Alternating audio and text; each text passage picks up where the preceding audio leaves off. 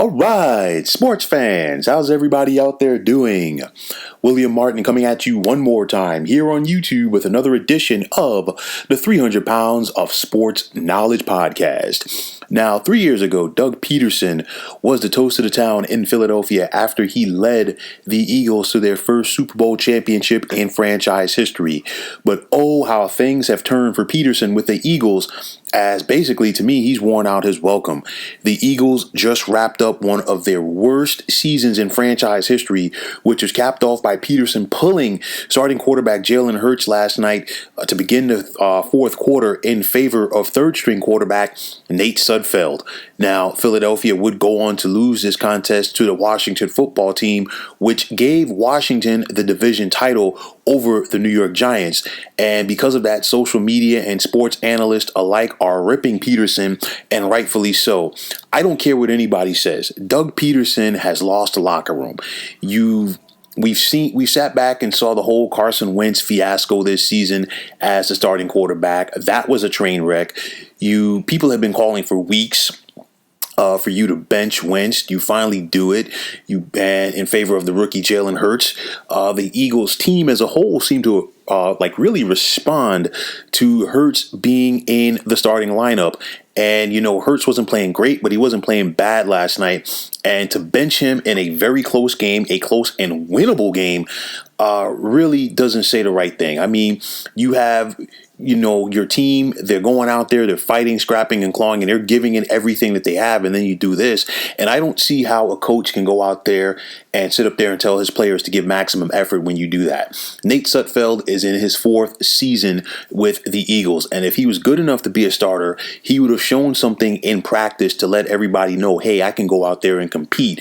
Jalen Hurts, he's shown flashes so far, and I think conventional wisdom would have said, well, you benched Carson Wentz. This is Jalen Hurts' job for the rest of the season. And I think Jalen Hurts earned the right to finish that game for the Philadelphia Eagles. I know that it was a situation for the New York Giants where they needed a Philadelphia win in order to win the division. And of course, that didn't happen.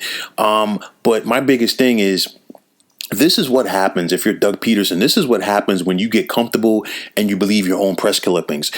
Pederson won that championship 3 years ago. But, the further we get away from that, the more and more in the rearview mirror that championship is. And let's not forget it. Philadelphia is a tough town, and they are a what have you done for me lately town.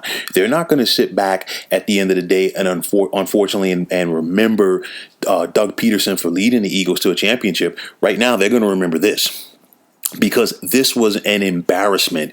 And I know that right now all signs do point to Pederson keeping his job. But if you're Eagles owner Jeffrey Lurie, you need to step in and do something, because I don't see how you can expect these players to go back into that locker room and fight, scrap, and claw and give everything that they have for Doug Pederson as a head coach. And I don't think he should ever coach this franchise again. I think this is something where he needs to sit back and reevaluate things, because I know that Philly, by losing that game, they went from having the 9th overall pick in the upcoming draft to the 6th overall pick, which really is not going to do you a lot, because you have so many needs on that team right now on both sides of the ball. But this is not good. And I mean, if you're the NFL, you should be annoyed about this. We know how things are with the NFL and NBC on the second half of the season, where they put their best game, or one of their best games rather, into that primetime slot on NBC. This is a situation in week number 17. We know what the NFL wants to do. We know what NBC wants to do. They want to put the best playoff scenario out there, with like even a winning in situation for that final game of the season. And, the ratings have typically been there. And I think this is an embarrassment to everybody involved, because fans tuned in for the excitement of possibly seeing, okay, whether it was going to be Washington or the Giants win the NFC East.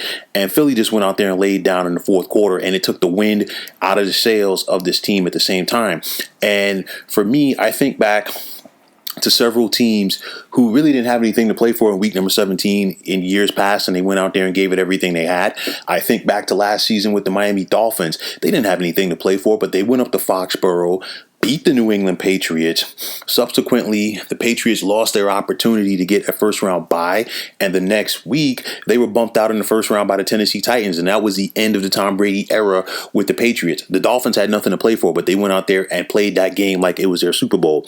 I think back to the 2007 Giants. The Giants had already clinched the wild card spot, and they hosted the Patriots, who came into the Meadowlands with a 15-0 record, trying to be the first team in NFL history to go 16-0. Some people thought the Giants were going to rest their starters, but Tom Coughlin put everybody out there for the entire game. And in spite of the fact that the Giants lost, they came out of that game injury-free, but they were able to use that momentum to go ahead and win the Super Bowl. I think back to the 1996 Giants. The Giants didn't have anything to play for. They came in with a 5-10 record.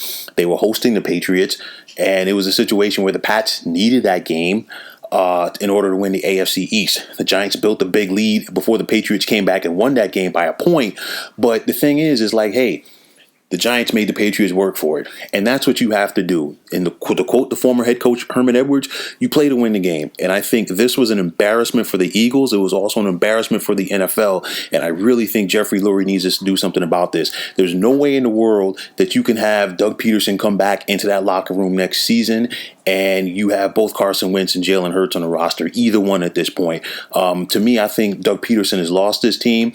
And if Jeffrey Lurie allows Doug Pederson to coach his team in 2021, you can pencil it in right now. The Eagles are going to be 4-12, if not 3-13. So this was a bad look for the Eagles, a bad look for the NFL, and more importantly, a bad look for Doug Pederson, because this guy really destroyed his legacy on one night with one boneheaded decision. And right now, that is all anybody is going to remember him for. So, folks, that is going to wrap it up. And as always, I want to take this time out to thank you for tuning into the 300 Pounds of Sports Knowledge podcast here on YouTube. I want to take this time out to thank all of the subscribers. And if you have not already, please feel free to subscribe to this channel. Now, if you're on Twitter, please feel free to follow me at 300 Pounds of Sports. And like I always say, if you follow me, it'll be my pleasure to follow you right back. There's also the sports discussion group on Facebook at the Sports Depot 365. You can check it out, drop a line, and be a part of one of the better sports debating sites going on social media. So once again, fine folks, my name is William Martin. Take care and have yourselves a wonderful day.